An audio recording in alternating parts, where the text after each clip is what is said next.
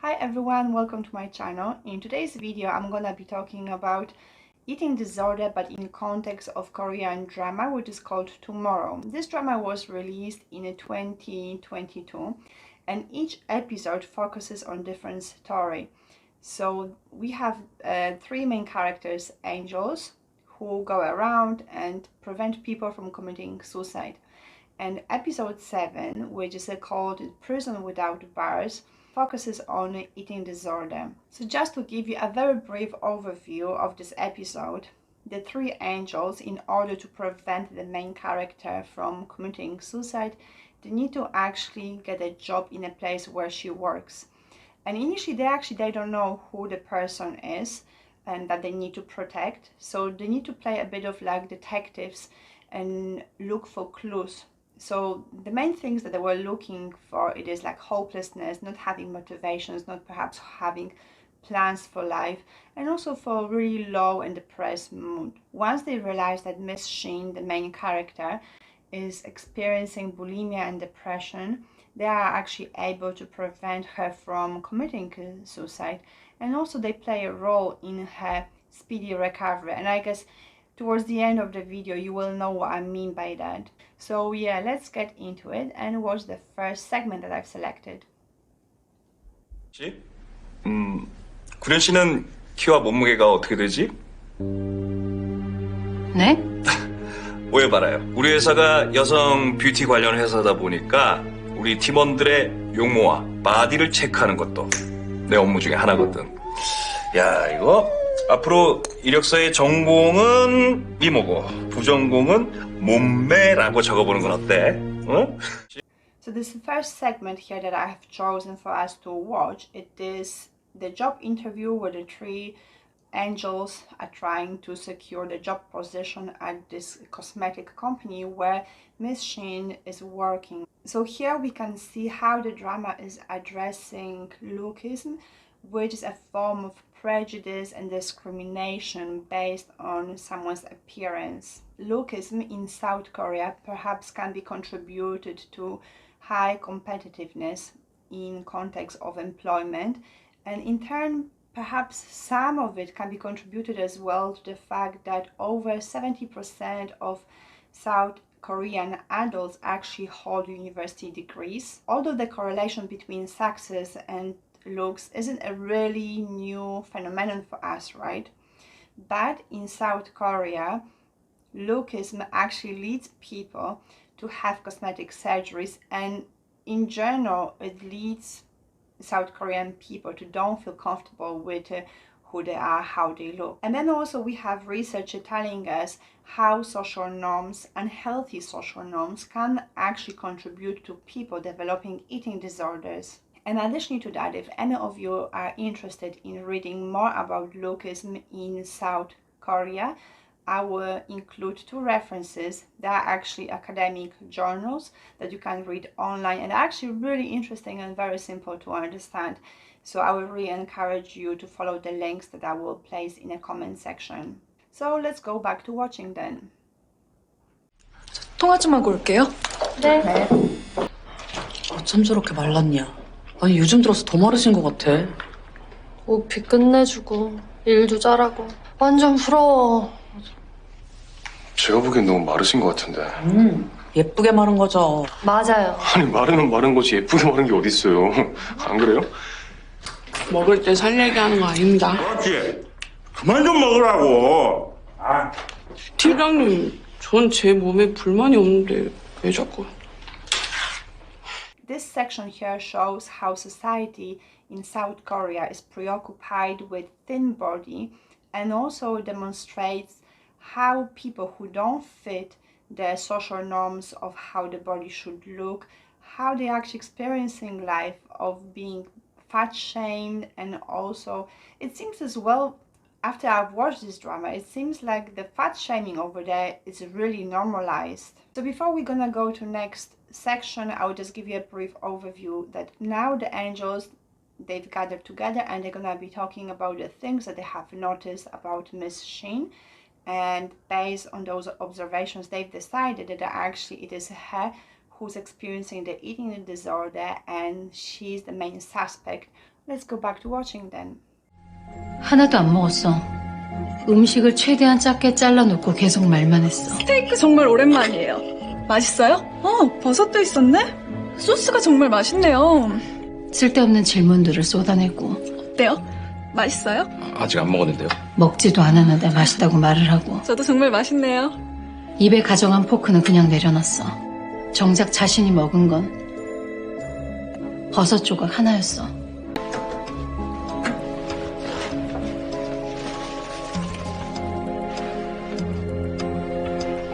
사실 신녀나 손에 왜 상처가 났는지 궁금했거든. 그것도 손가락을 넣고 토해냈어. 한두 번이 아니었을 거야. 손에 난 상처도 그래서 생겼을 거고. So here they've noticed that she was vomiting. They talk as well about the fact that she was really trying to cover up her struggle with the eating, and that's quite a common symptom of eating disorder. Additionally, they talk about the fact that perhaps she hurt her hand while she was vomiting. Right, let's go to the next one then.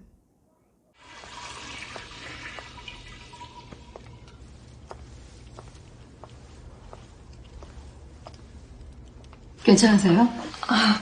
뭘 잘못 먹었는지 소화가 안 돼서요. 괜찮아요. 연희 씨는 어떤 운동 하세요? 아님 다이어트?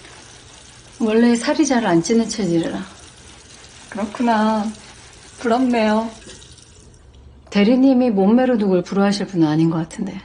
So in this section here, we can see how one angel is interacting with Miss Shin, and Miss Shin instantly she directs the conversation towards the body of the angel, asking how she's managing to keep her slim figure. That demonstrates how people with eating disorder, they're actually experiencing life, and it shows their preoccupation with body, with size, with weight. Because of that preoccupation with weight, with size, with eating, with not eating, very often people who are experiencing eating disorder, they actually say that they're prisoners of their disorder, and hence the title of this episode, which is The Prison Without Bars. And we also know that this preoccupation with food, with shape, with size, it only creates almost like a noise in the mind that prevents the person actually feeling what's very difficult and think what is very difficult. So this preoccupation with all these different aspects of eating disorder actually acts here as a defense mechanism against something which is very difficult that the person perhaps cannot access on their own. Let's watch the next one then. 대리님은 평균보다 훨씬 날씬하신데. 어렸을 땐 뚱뚱했어요. 고등학생 때까지 쭉.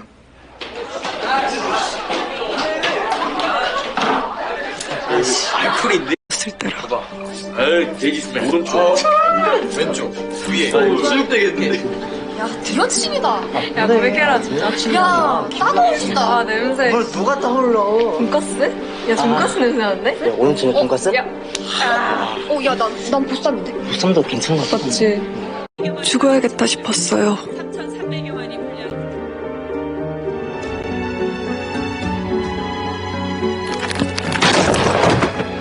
뚱뚱하면 죽는 것조차 마음대로 할 수 없구나 생각했어요. 그때부터였어요. 토하기 시작한 게. 죽을 각오로 굶었어요.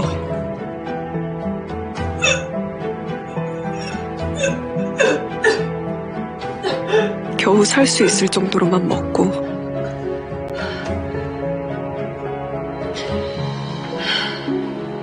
배가 부르면 바로 토하고요.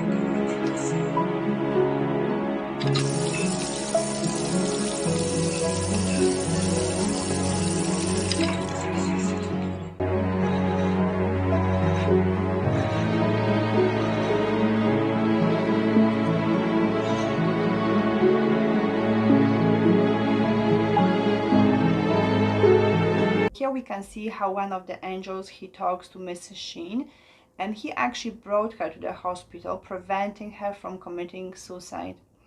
and now he's asking her about where is this pain coming from. And in his questions, in his conversation, he's being very sensitive and very compassionate, very soft. It really reminds me of how we work in therapy with people, because there's no judgment in how he talks to her, and he's very understanding and accepting. And Mrs. Shin, she explained to him that when she was a teenager, she was overweight, and because of that she was bullied. And then as a result of that, she actually at the time wanted to commit suicide, but she was unable, because as she explaining it, because she was too heavy.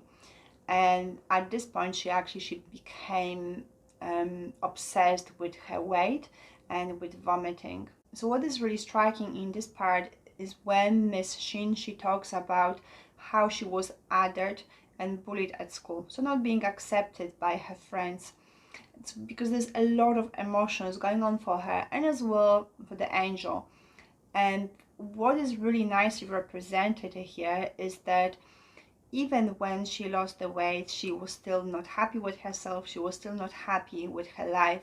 And this is actually one of the main characteristics of eating disorder, that despite someone losing weight, they are never able to be satisfied with their weight, with their shape. And the reason for that is that the actual reason for the eating disorder, it is not their weight, it's not their shape, but they are the painful emotions that they are experiencing. So for Miss Shin, it is about the trauma that she experienced when she was at school, when she was bullied. And another really important aspect of eating disorder is loneliness. And it's actually really nicely presented here in this episode. I'm not sure if you can actually pick it up on that watching these very short segments, but whether she was at school or whether she was at home when she was a teenager, or even later in life when she was an adult, she's being shown as a lonely character. And this is also one of the characteristics of eating disorder, that normally people who are experiencing eating disorder, they're suffering in silence, they're suffering alone. And especially people who are experiencing bulimia nervosa, because their eating disorder can go unnoticed for many years. So let's go and watch the last one. It is a bit long one because it is about 2 minutes long, but I think it's the most beautiful and also the most interesting. 영원히 빠져나올 수 없는 감옥에 갇힌 것 같아요. 지금의 내가 재단당하며 살아왔어요. 뚱뚱하단 이유로 다른 사람들이 만든 감옥에 갇혀서 빠져나오지 못하게 된 거라고요. 맞아요. 저는 겪어보지 않은 일이라 잘 몰라요. 대리님 말씀대로 그 감옥을 만들고 대리님을 가둔 건 그동안 상처 준 사람들일지도 모르죠. 하지만 벗어나지 못하게 그 문을 잠근 건 대리님 아닐까요?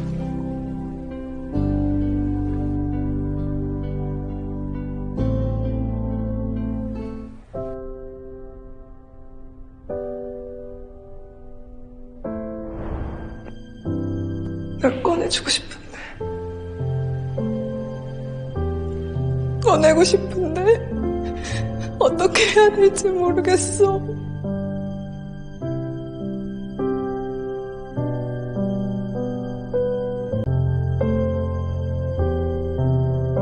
혼수에게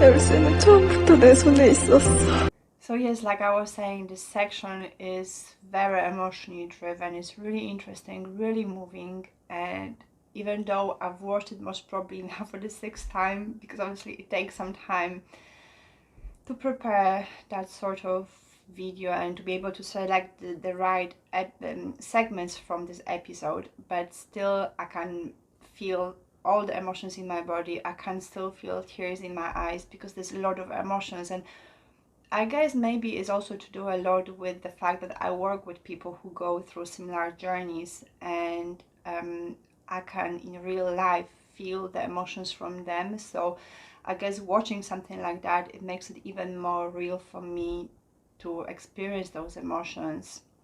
But yeah, let's start thinking about it, what has happened there. Here Miss Shin, she talks about how she's terrified of being judged by people and how that keeps her in a prison. And I actually have seen online people criticizing this episode, saying that there's no mention of therapy, there's no mention of psychiatrist or psychologist, or maybe even of her taking any medication. But what I think is that the angel actually represents psychologist or psychiatrist, because he's being very compassionate, he's reflecting to her, he's showing her understanding, he's not being judgmental, and also he's showing her a different perspective of her eating disorder. So yes, as I was saying before, this section here is really emotionally driven, especially when Miss Shin, she lies on a bed and when she talks about her experience, and you can clearly see her shifting through different emotions. And also when she goes into this image of her being in a prison and then having herself as an adult freeing herself from that prison, I think is really a moving section of this episode. And for me, what is really amazing about this episode, what's so beautiful, is that whole scene with the prison actually for me represents the process that the person goes through while they're in therapy. And obviously in a real life, that process for some people might take months, for someone else it might take even years, and obviously here in a movie it takes about 2 minutes. But if we think about it in a metaphoric way, this scene is actually representation of therapy and what the person who's experiencing eating disorder needs to go through in order to recover from eating disorder. And I think another really crucial part of this episode, it is them showing that even though the person might have supportive therapist, supportive family, so in this case we can see that she's not on her own. The angel is there, which I think represents the therapist. But at the end of the day, she's on her own with the process of recovering from her eating disorder, because when she goes into that memory, she's actually on her own. She's doing the job of opening the door. She's finding the answers to her questions, and she's the one who's hugging her younger self and comforting her. And in a way, that's what it is in a real life. So we might have supportive therapist, supportive family, but at the end of the day, it is the person that works with themselves within the mind. They're trying to work it out things. So in a way, process of therapy can also be quite a lonely process, but it is not actually a bad thing. It can sound as something scary, but I think it can be also quite freeing. Another crucial moment of this section, it is when initially Miss Shin, she feels angry at people because of them. She's stuck in this prison, but then we can see shift in her emotions, and that's for me represents her taking responsibility for her recovery, because that anger at people potentially might be preventing her from actually taking the responsibility or taking the actions and taking steps in her recovery, because of potentially her blaming people for what they did to her. And at this point, when she's able to let go of that, and she's then able to take the responsibility for her recovery, she's opening the door, and then she's providing to her younger self what the younger self didn't have at the time when she was bullied at school, when she felt lonely. And what this scene also does, it actually really nicely represents how we actually could work in a real life scenario with person. So we do actually use imaginary rescripting in therapy, and that could be, for instance, part of schema therapy, where people, they build emotional bridges between here and the past, And then when they go into the image from the past, then we can try to restructure this image to create more positive emotions. So we attach new positive emotions to this old memory. So yes, I think some, at least parts of these episodes are really excellent representation of eating disorder and also of the process that the person needs to go through to actually recover. So that will be it for today. I hope you've enjoyed watching this video as much as I did recording it. And if you have suggestions of any other Korean dramas or movies that I could review in context of mental health and specifically maybe in context of eating disorder, then please leave your suggestions in the comment section. And yes, I'm gonna see you in the next one then. Thank you. Bye bye.